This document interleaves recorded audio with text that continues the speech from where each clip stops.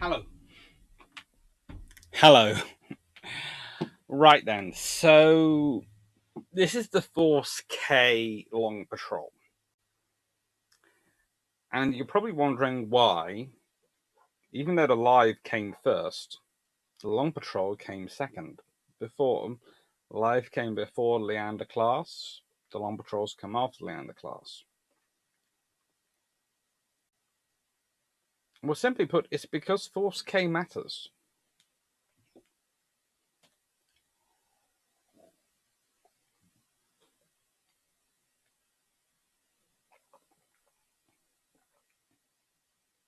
I'm not sure how, but I managed to get a piece of sellotape in my drink. Well, do that to one side.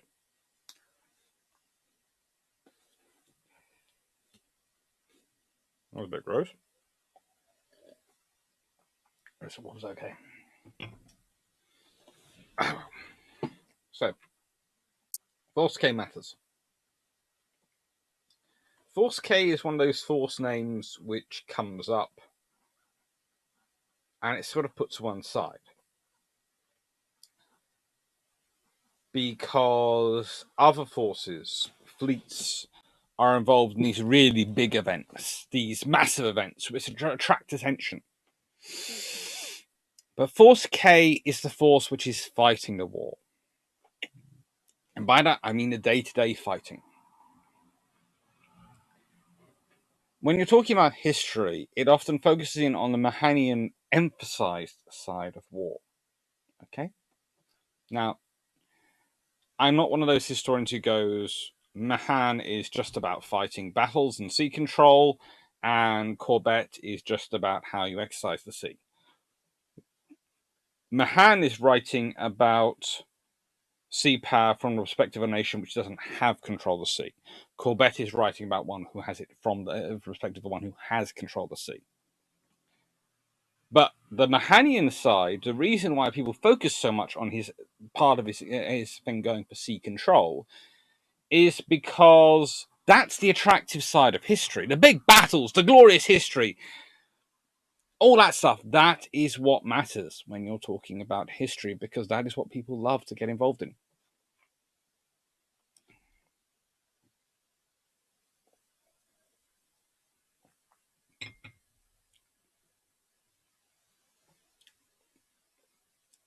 And the reason why Corbett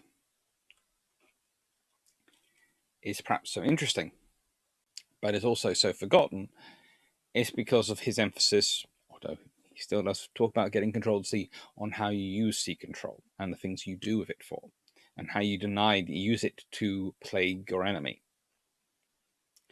Force K is all about sea control and about using that sea control. Its whole history.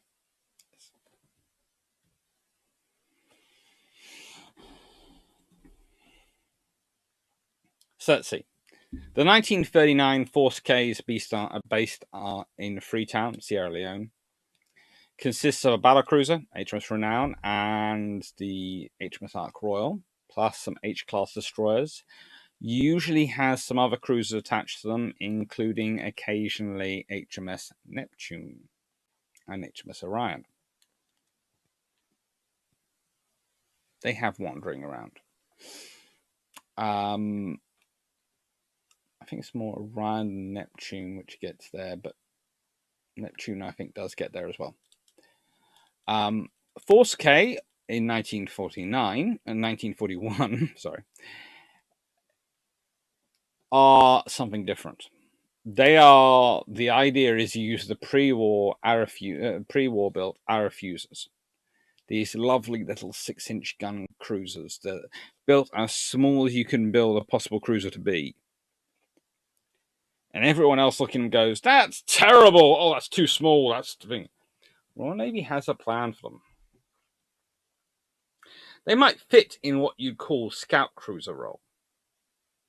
You know, if we talk about the Leander class, which I've been talking about yesterday as the second class protected cruiser, the Arethusa's are the scout cruiser role. Scout cruiser. And the whole point of that is, if you consider the pre-World War One plethora of cruiser types, the battle cruiser, the armored cruiser, second-class armored cruiser in some navies, it's a weird thing, protected cruiser, second-class protected cruiser, scout cruiser. What's the scout cruiser's role? Oh yes, raiding and scouting.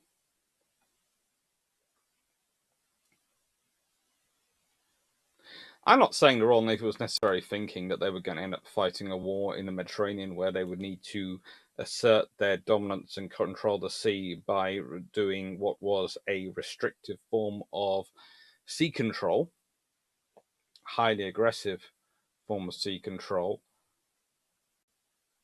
when you're actually more than actually gaining control of the sea because of the sheer enemy air power and the quantity of their forces, you're more denying them control of the sea. It's more almost like it's a sea denial operation in ways. But certainly they had managed to equip themselves with the tools for the job that were pretty much perfect for it. And then you have Force K in 1942, which is centered on Dido-class cruisers, Freedom, Cleopatra, Dido, and Eurylas, and 4 destroyers of the 14th Destroyer Flotilla. So that's a rather interesting idea, because that force, 1939, let's be honest, yes, Ark Royal is there, but that force is centered on Renown. It's centered on a battle cruiser. 1941, it's centered on Arethusa class cruisers.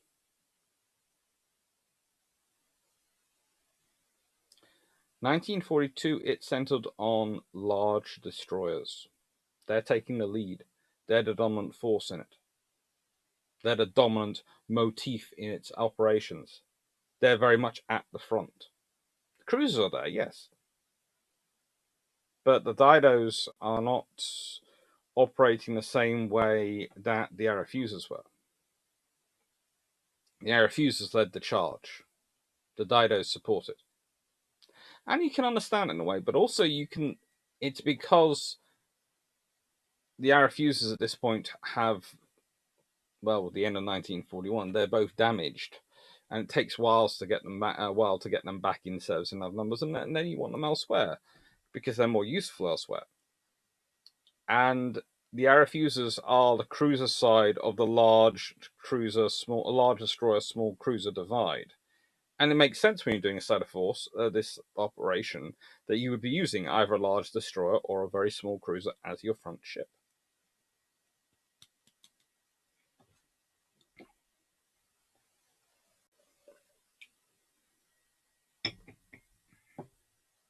For anyone else, yes, those are reindeer antlers. I found them while cleaning out my room. Should put them away properly so they're not, on shot.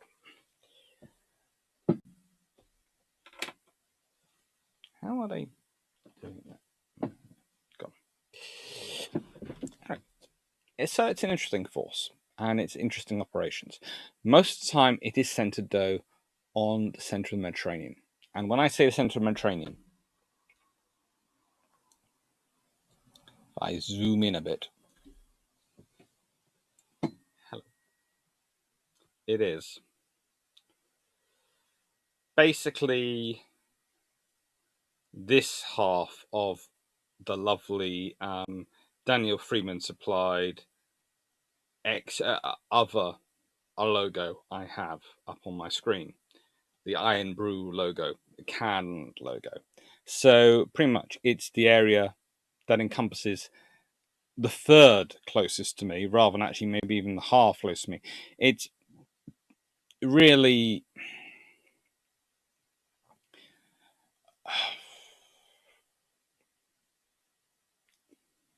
half of Libya to Tunisia, that sort of area. That's where Force K is operating in the Mediterranean, which is rather interesting considering the Force K in 1939 was operating on such a large area. Anyway, let's get me back to full and skip along. So, the centerpiece as I said, for the 1939 Force K was HMS Renown, recently out of her refit, looking resplendent. Cute is a phrase I use, but there are many others going around for her. There's a lot of debates about what she should be called, but she is a powerful ship. She has 15-inch guns, and there is not a surface raider the Germans feel that can match her. In 1939, and let's be honest, in 1940, she scares Scharnhorst and Gneisenau when she's solo. Now, admittedly, that's because of Hitler's rules about things not getting damaged, but still, one battlecruiser takes on two light battleships, and I call them light battleships because of their internal architecture. I know other people just have different phrases that they want to call them, battlecruisers, etc., but I would always call them light battleships because of their internal architecture. And Renown scares them off, beats them up, and scares them off, literally charging them so aggressively.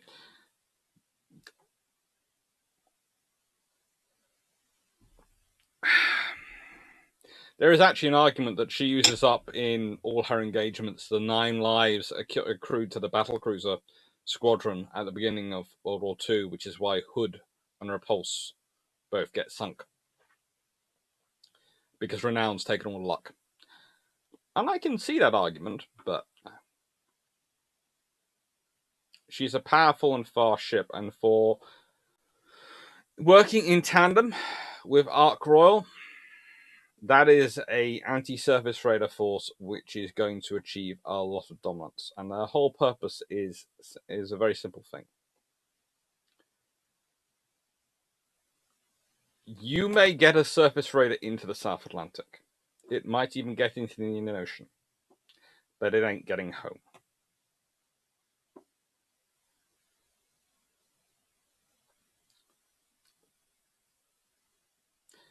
And that was the problem for the Graf Spee. That was the problem for her commander. She wasn't getting home, and the reason she wasn't getting home was because the Royal Navy had a lot of Force Ks, other forces with other names, in the way, armed to the teeth. Carrier and battleship, capital carrier and battlecruiser, bearer of battleships, enough force, enough firepower. It finds you, you're not getting home. And the web only gets stronger the closer you get to the UK. So,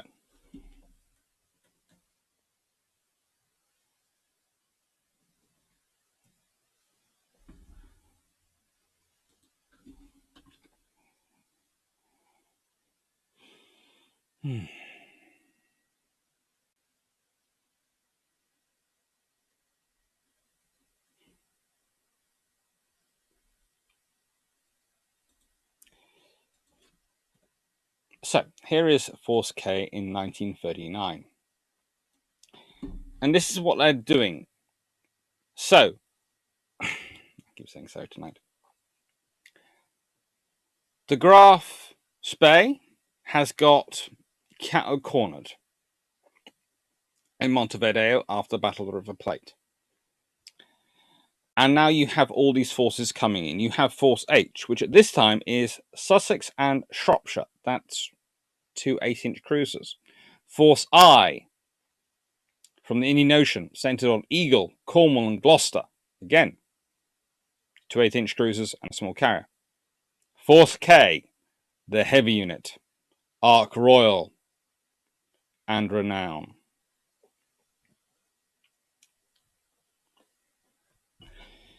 And Force X, Duplex, Foch, and Harmony.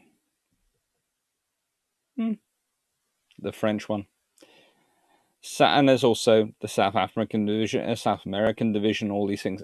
All these forces are there. And the second destroyer flotilla, its third division is all part of Force K. And they're coming south as fast as they can as well to try and link up with their aircraft carrier and their battlecruiser, which are leaving them behind. As you notice, I've put up on the side all the conventions from The Hague which are supposed to limit your actions when you're a warship in harbour. This is the point. Force K is your anti-surface radar force, your heavy anti-surface radar force. You do not need them to do a blockade on the Grass Bay. In fact, if you're planning on blockading the Grass Bay, cruiser forces, maybe Force I. In fact, Force I would be perfect. It's a smaller carrier. Bring it across. You've still got Ark Royal.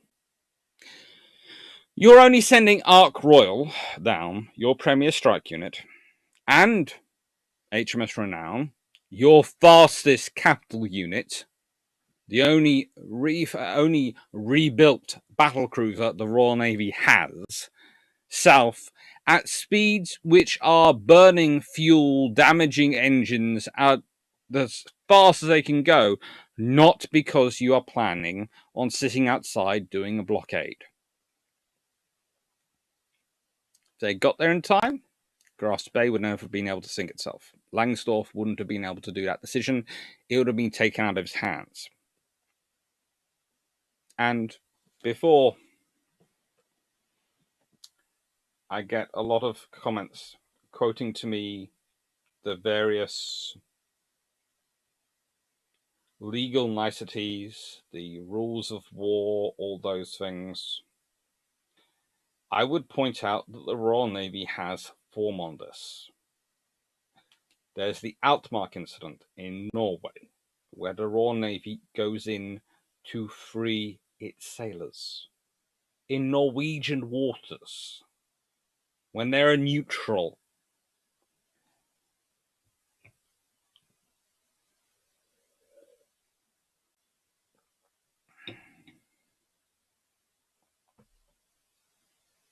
There's Mers el Kabir.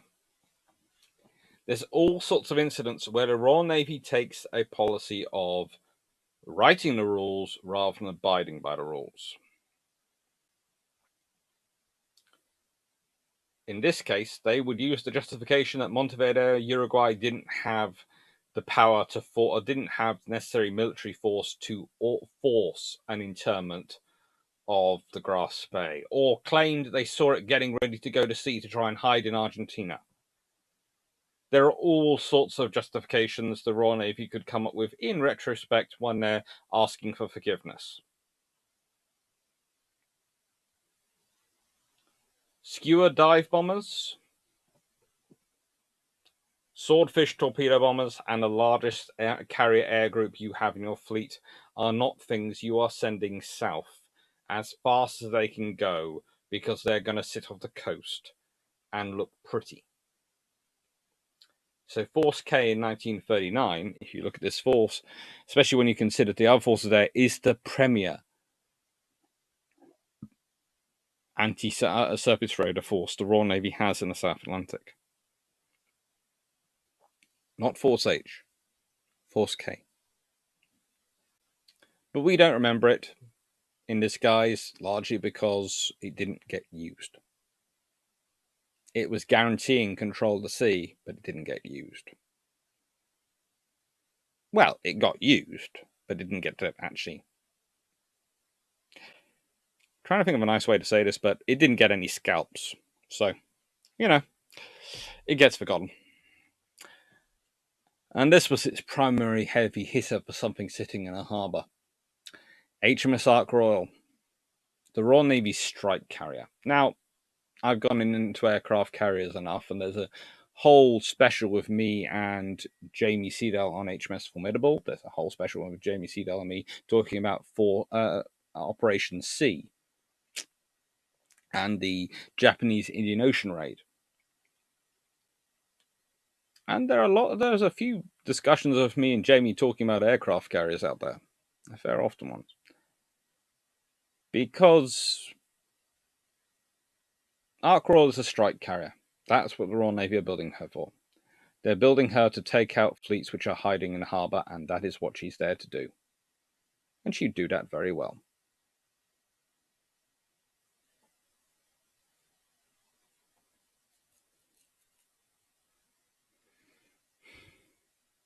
Large air group, Swordfish.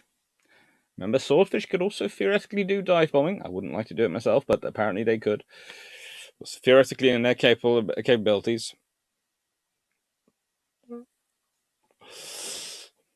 If you read the British aircraft specification file by Mecoms and Morgan, it's in the specifications. She carries a huge air group of them and a huge air group of skewers at this point. And she's coming down fast. Both her and Renown are maxing out their speed. They are literally putting every single ounce of horsepower they can. Every single shaft horsepower they've got is going into the water. If they were putting any more, those ships would probably have been out of the water and taking off. There are the speeds the ships are technically designed for, the speeds they're officially supposed to go at maximum, and there's the speeds they seem to have been attaining to actually hit those time markers on the route south to Montevideo. And I would say they're exceeding most of those by at least 0.2 knots. So they're going fast. Right. Into the Mediterranean. They go from being the hunter of the hunters to being the hunters. Yeah, that makes sense. Force K in 1941 comprised of the Arethusa class light cruisers HMS Aurora and HMS Penelope. Now, here is Penelope. Look at these lovely little light cruisers. And they are lovely little ships. You can see those 6-inch guns. You can see her turrets positioned out nicely. You can see her 4-inch high-angle anti-aircraft armament. Those 6-inch guns are descendants of the same models which were designed for Emerald and designed for Enterprise, for the Emerald class HMS Enterprise, and designed, then fit in Leanders and the Amphions. They are very good 6-inch guns. She carries 3 of them. 3 pair turrets.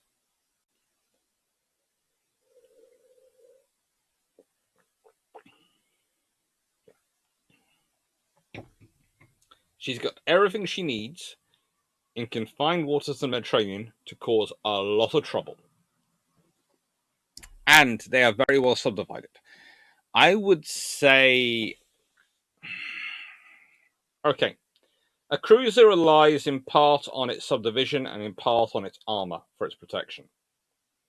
A destroyer in this time period relies on its subdivision more than its armor for its buoyancy and its structural strength. Our Arethusa's are built as if they're destroyers and then they're given armor. That's how best I can explain their internal subdivisions, their internal designs. This makes them incredibly strong little ships. Incredibly strong. Pound for pound, possibly some of the strongest cruisers ever designed. Now, that's not to say they wouldn't get wiped out by the hit of a 15-inch shell or all these things. But pound for pound, they are very, very tough. And they are very survivable. And they live up to this.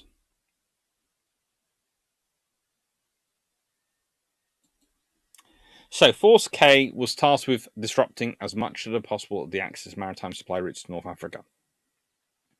Pretty much, the problem is you have submarines and aircraft working from Malta are able to do an attrition war where they'll take out 1 or 2 ships per convoy. And you've got many, many convoys going, okay? Some of them are small with a couple of ships in the convoy, some of them larger with 5 or 6. It's all a big deal to deal with them. They are a problem because as long as those supplies are getting through to North Africa, Rommel, the Africa Corps, the Italian 5th and 10th armies can do their job. They can keep fighting. But if you can stop their supplies, while still getting supplies to your own troops, even if they're going the long way around Africa? Well, as we all know,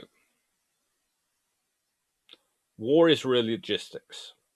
If your enemy's got no supplies, so they've got no fuel, no bullets, no food, no spare parts coming through for their very complicated vehicles, they're going to crush. You restrict those supplies, they're going to crush. The point of Force K in 1941 was to restrict those supplies by wiping out whole convoys, not by taking out 1 or 2 units and not slowly attriting the force because the Italians weren't building enough ships to replace them, but to deliver huge, great big lumps taken out of the Italian merchant marine, of the Italian ability to resupply these forces.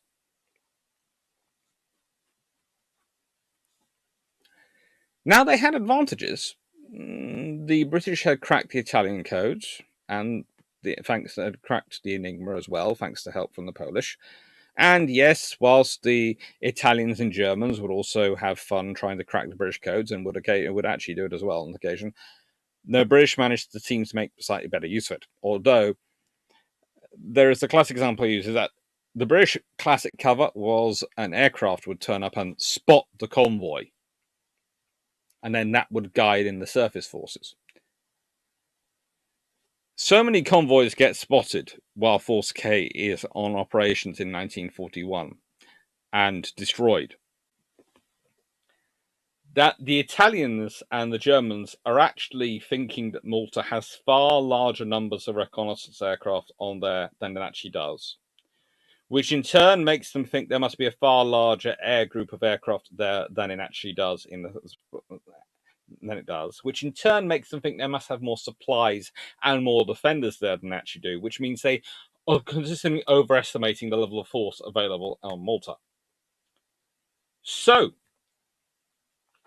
not only is Force K, by its actions, managing to strengthen the Allied cause in North Africa by undermining the Axis cause in North Africa, it's also, thanks to its actions and the actions being used to cover the information gathering, making it look like Malta is a porcupine rather than a hedgehog.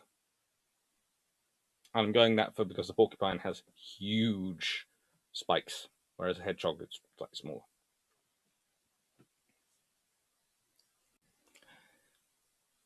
Although submarines do have a slight advantage based on Malta at this point. They can submerge to avoid air attacks during the day. Surface ships can't. So they basically go hunting as much as they can. And again, Arethusa's are good for this because they have a high level of AA armament for their size of ship and their small and maneuverable. They also tend to look like destroyers. They tend to get mistaken for destroyers. When King George visits, and King George VI visits the Malta to, bestow it with this award, he's taken on an Arethusa class. Because A, they're so survivable, B, she's being escorted by 4 destroyers of 14th Flotilla, who have all been given orders that whatever happens, that cruiser does not go down. You do whatever is necessary. If enemy surface forces turn up in enough strength to attack her, you do whatever is necessary to get that cruiser to safety.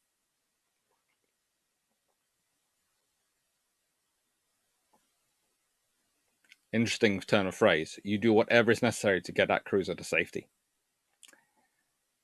But again, Arethusas were tough ships.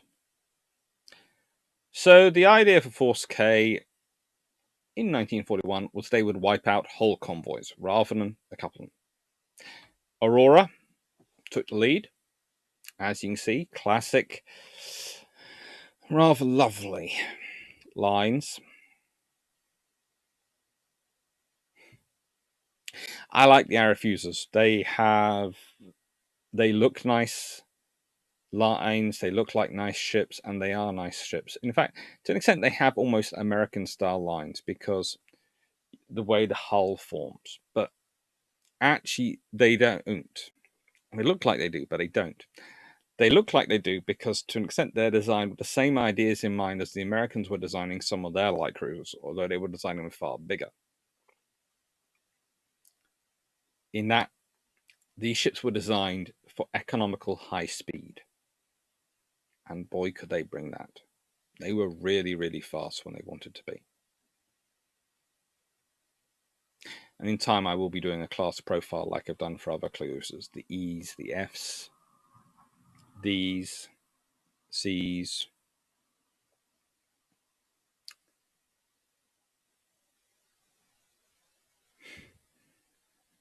If anyone, again, comments that the F's don't exist, they're the Hawkins class. There's probably calls them the F's because that's where they come from. But I'll explain that when I do the profile on the Hawkins class.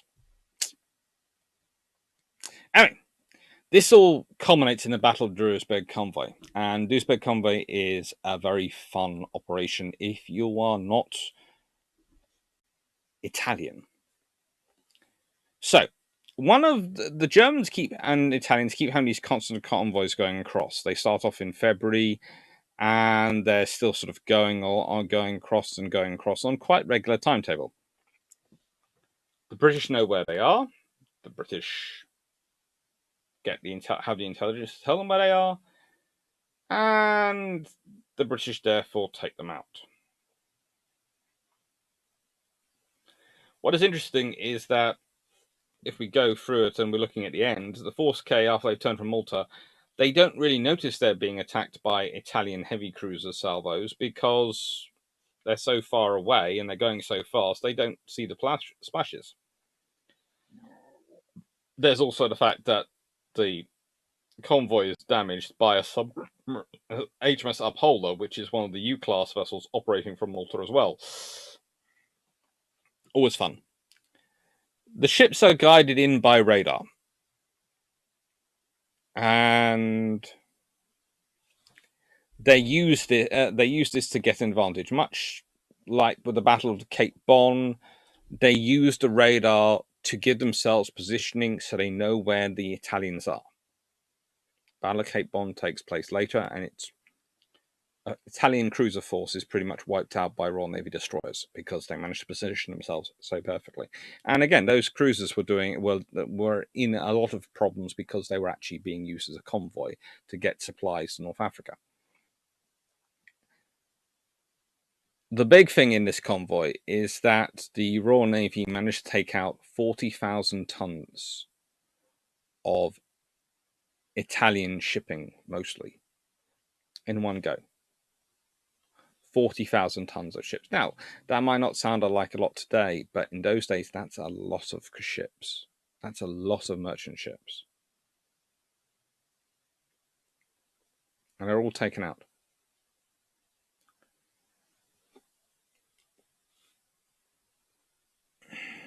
And they do this in a very methodical manner. They use the radar to work out where the escorts are. They take them out first. And then with the close escort gone, they take out the merchant ships. And the distant escort never really understands what's going on because they're jamming their communications. It is a very proficient surface raiding operation. It's textbook. And this is probably another reason why it's not remembered, because let's be honest, the Royal Navy like to be remembered as the good guys who were stopping surface raiding, who were keeping the seas safe for everyone, when actually they were probably the premier surface raiding force in the world. They took out more merchant ships than anyone else. Captured mostly, but a lot sunk. They are one of the best when it comes to sinking enemy ships with submarines. Again, we'll focus on the Germans, but the Royal Navy is fairly good at it as well. Basically, the Royal Navy is very good at doing all these things and then getting it looked to one side, so they maintain their look of being British gentlemen. My grandfather always taught me the definition of a gentleman was perfectly polite and civil in peacetime. In wartime, does whatever's necessary to win. I think the Royal Navy live up to that. HMS Lively, one of the destroyers which backed them up. L&M class destroyers, post-tribal design of Royal Navy destroyers. Very solid design, very strong design. Both the two destroyers used by the force are actually armed with 4-inch rather than 4.7-inch guns, which means they have very good anti-aircraft fire and very good guns for dealing with small boats. And you can afford that when you've got 6-inch cruisers operating as your pair. They're acting as a 4-ship organization. Well, what's a 4-ship organization in your destroyer terms? It's your half flotilla division. It's a whole squadron of cruisers, maybe, but it's a half a flotilla of destroyers. And in many ways, the formation, the way Force K acts, they're acting like 4 large destroyers working together rather than 2 cruisers and 2 destroyers. They often operate in pairs, splitting up with 1 cruiser, 1 destroyer going off one side, 1 cruiser and 1 destroyer going off the other side, and it works very, very well. But it doesn't last. There is the Battle of Sirte. And the first Battle of Sirte goes quite well. There's a guy called Rear Admiral Vian in charge, and Philip Vian is a fairly decent commander. He's a former tribal flotilla captain. Well, we mentioned the Iltmark incident earlier. He's rather famous for being the guy who did in charge during then of HMS Cossack when she invades Norwegian territory. So, many links with Force K. Force K does well in the first Battle of Sirte. And the first Battle of Sirte is an interesting battle, but I would say Force K's part is certainly very successful. They get the supplies they need through to Malta, which helps with keeping everything going. And the trouble is, Force K had been so successful in this period that Force K had been increased in size. A second group had been added to it, another 2 cruisers and another 2 destroyers. Rather reminiscent of what would be the second Force K in 1942 in terms of size. They were bigger ships. They were based on Neptune, pictured there, and K-class destroyers. And it made them take more risks having a larger force. It gave them more confidence, made them push harder at night. And it's one of the reasons why they end up going into a minefield. And if I give you sort of some of the details of the minefield.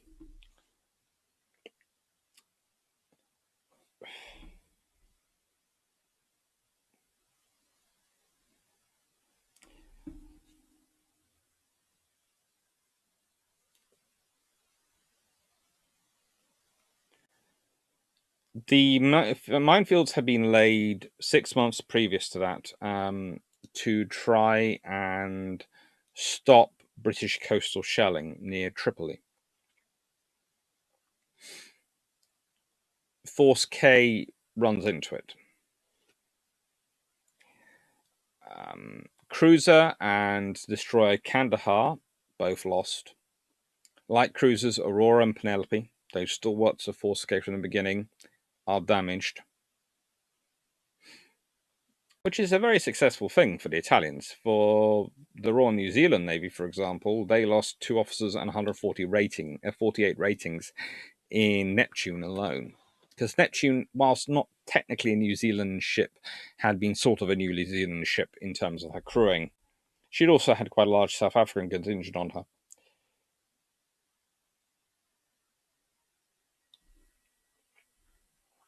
It was not a fun time for anyone, and it was a big loss.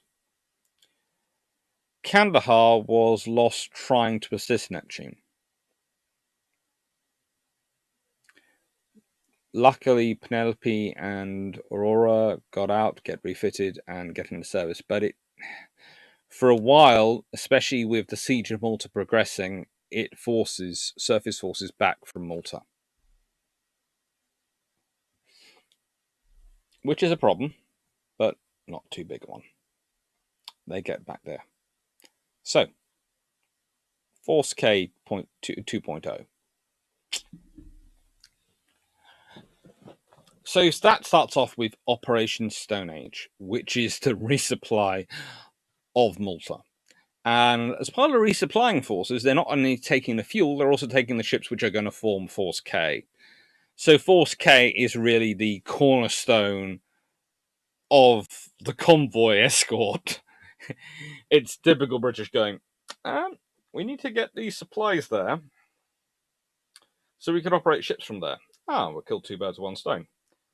You guys will become Force K when you get there. So they are a very air defense heavy force, hence centered around 3 diados with their 5.25 inches and rather cramped designs, and 14th Flotilla becoming a TIEF, and those are centered around HMS Nubian. Tribal class destroyer, 3 other very good destroyers, but the Nubian is the most experienced destroyer available in the Mediterranean fleet at this time. In fact, when I say most experienced, she will go on through the war to get up so many battle honours that, frankly, she's only beaten by HMS Warspite. HMS Eurylas, a classic example of a Dido-class cruiser. They are good little cruisers, but they're an attempt to build something between an anti-aircraft cruiser, again, a second-class protected cruiser, and a scout cruiser, and it just goes wrong. Honestly, it does. It's just too cramped. You're trying to put too much into a small hull. That's the interesting thing about the Arethusa. They managed to put in exactly what they need to do their job. For the Dido class, you're putting so much top weight in there, etc. You need to have a broader and probably a longer ship to actually support that top weight and actually make it efficient. But you're trying to make it as small as you can because, well, you could say treaty, but also yards, harbours, all these things are all easier when you've got a smaller ship. There are more of them you can use. So that's why they are what they are. Force K in 1942 is comprised of, and again, some of this does vary. Some ships change in and out. So I've put what are there quite a lot of the time, because I wanted to give you an idea of what their normal force structure was like. Cleopatra, Dido, Eurylas. Nubian, Paladin, Pacnum, and Petard. But it does change. So if you see an account which has another destroyer named, that's not unusual. Sometimes Mediterranean sorts them in, sorts them out. For even no real idea why it's such a short time. But it was the flip of the previous Force K. The previous Force K had been centered around the capabilities of the Arethusa, around their 6-inch guns, around their radars, around their very nimble operating patterns. The Didos can't offer that. So the Didos instead support the 14th Destroyers Flotilla. And they really do get involved. HMS Nubian here, steaming while as a member of Force K. As you can see, she has 3 double 4.7-inch guns at mount and mount in A, B, and Y turret. X turret, X mount has been changed for a double 4-inch. She has a quintuple torpedo launcher. Just after the second funnel, she has a debate on what particular cannon are positioned between the 2 funnels. And she's also festooned with other AA weapons and radar. So she's fairly proficient modern destroyer at this point. Right.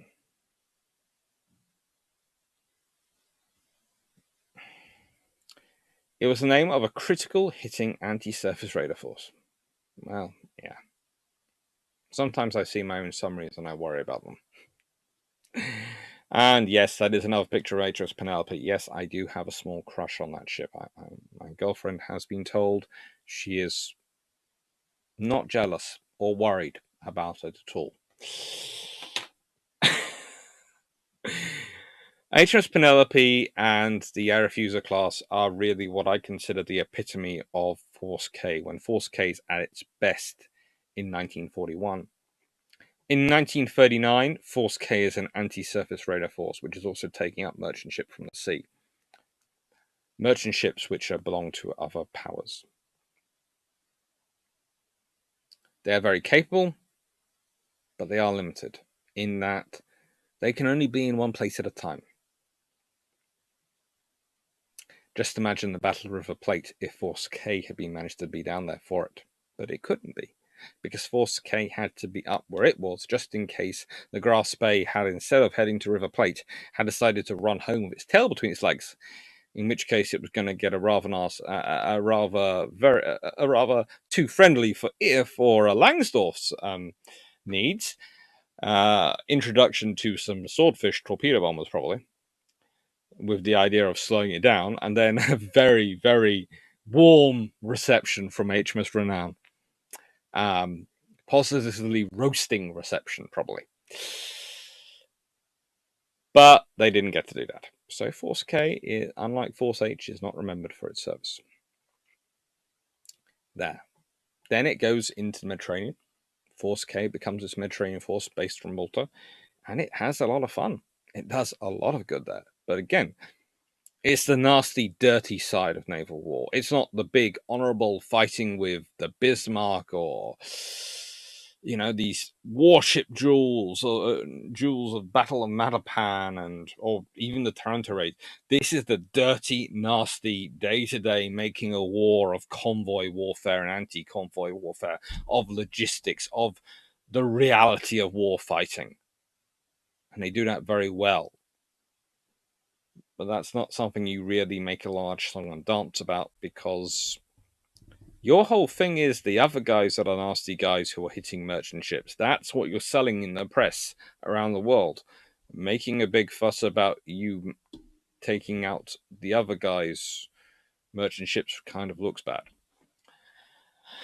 The second Force K gets up to just as much damage. They do just as much fighting, and they're really, again, very proficient at it. They're led by the destroyers, and this is the thing between the large destroyer and the small cruiser.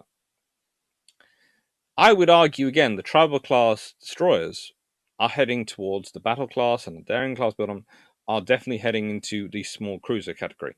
The Arethusa's are heading into the large destroyer category. Especially when you look here and you can clearly see how important the torpedoes are to their armament. But they're used very aggressively because of that. That's what they're designed to be used for, and they do it very well. Didos sort of step back. But so Force K, very successful. It uses the perfect type of ships for what it's doing, and it does really, really well. But it has problems. And there are problems of operating at night, and there's problems that not being quite as 100% sure as you can be where you are, and you run into an enemy minefield. And there you go, you've got your other advantage of using Arethusas and destroyers. And probably one of the reasons why Force K is recalled and not set up for such a long time is because of the Leander being lost. Because, honestly,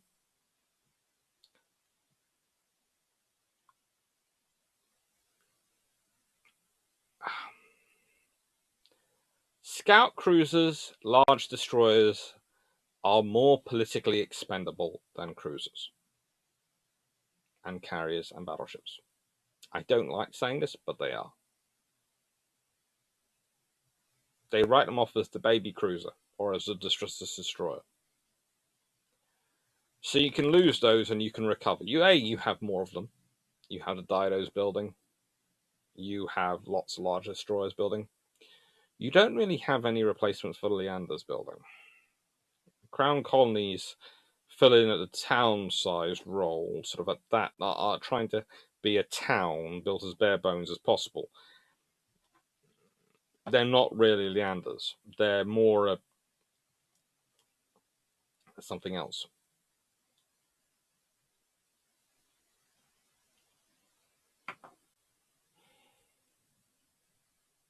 So Force K is economic warfare. And they're very successful at it. Captain Agnew, who commands from Aurora, goes on to a very successful career in the Royal Navy. First generation of Force K. Next generation of Force K has operates under different officers, but they all do quite well.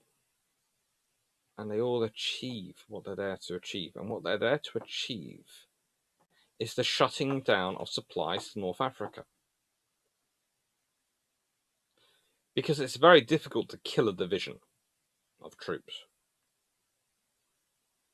It's far easier to starve them of fuel and food. And then they just fall apart. Oh yeah, they'll keep fighting them. There are all these things, but their morale will be weakened, the men will be weakened,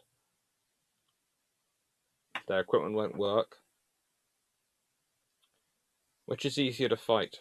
A fully mobile armoured division, well fed, well supplied, or an armoured division which is 50% broken down because it's run out of spare parts, has very limited fuel, and is reduced to almost living off the land food-wise.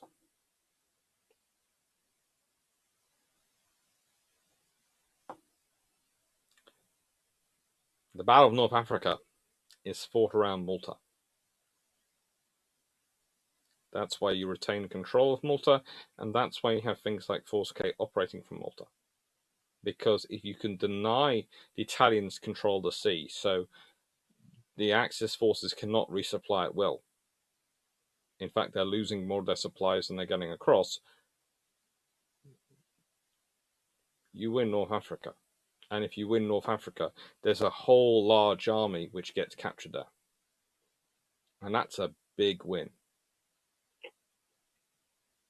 You take out the troops, you take out the experienced officers, the experienced NCOs, the equipment, take it all. You've won. So that's Force K. Let's look at the admin side. Where else can you find me? Twitter, Patreon, Global Maritime History. There's a little bell down there next to a subscribe button. These are all good things. Especially, I hope you're enjoying these things. I hope you're enjoying these videos. October. Well, we've already got through the Thursday the 1st, 4th, 5th, 15th, and 11th. No, we haven't. That's October. This is September.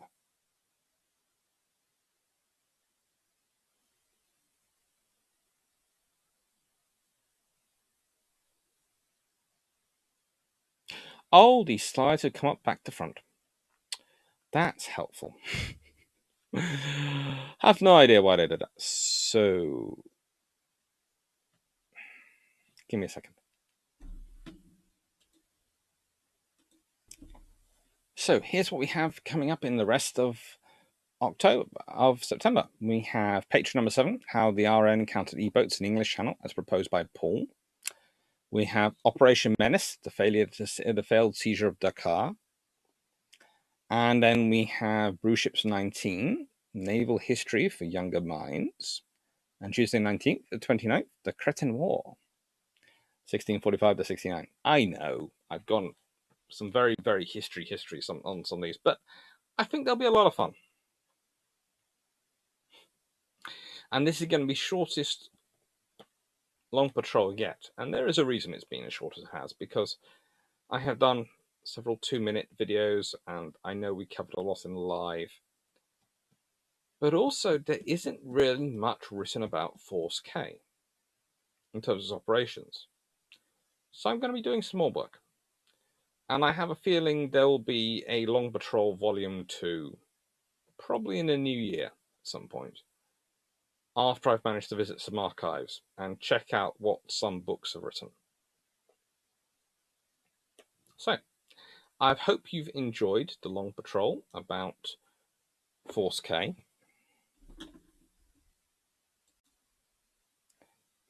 I hope you've enjoyed hearing about Force K. I'm going to stick up the beautiful HMS Penelope there.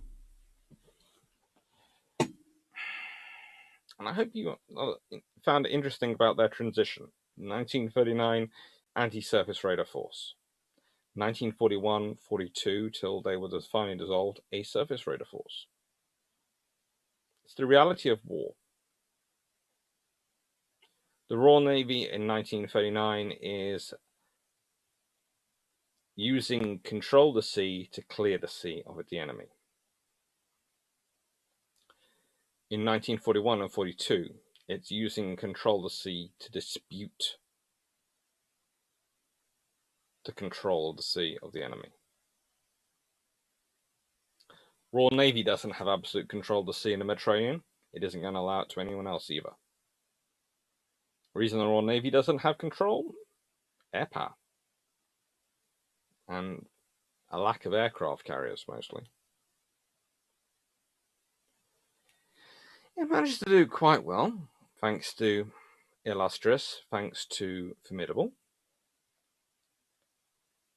Ark Royal, Victorious, and other vessels. But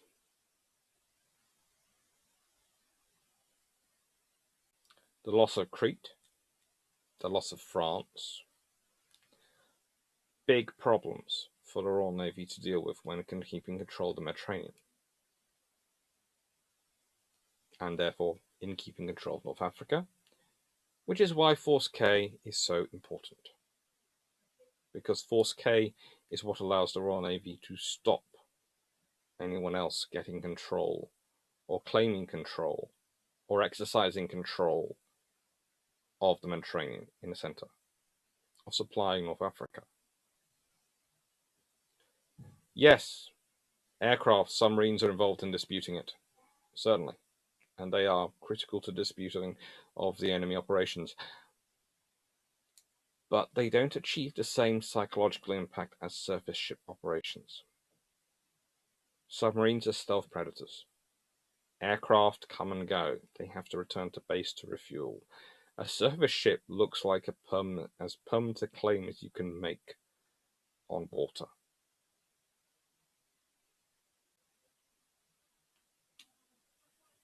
And that is Force K. So, thank you very much. I hope you've enjoyed it. And I think this is going to be ended before 59 minutes. It's going to be less than that. Good Lord. Definitely the shortest long patrol ever. Take care.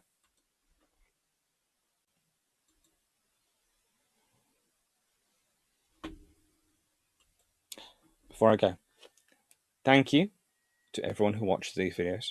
Thank you to all my subscribers. Thank you to everyone who's pressed that little bell down there. Thank you to everyone who's a patron. Thank you to everyone who reads the descriptions, which I write below. I know they're not always long, but I try and make them to the point. Thank you very much, and take care.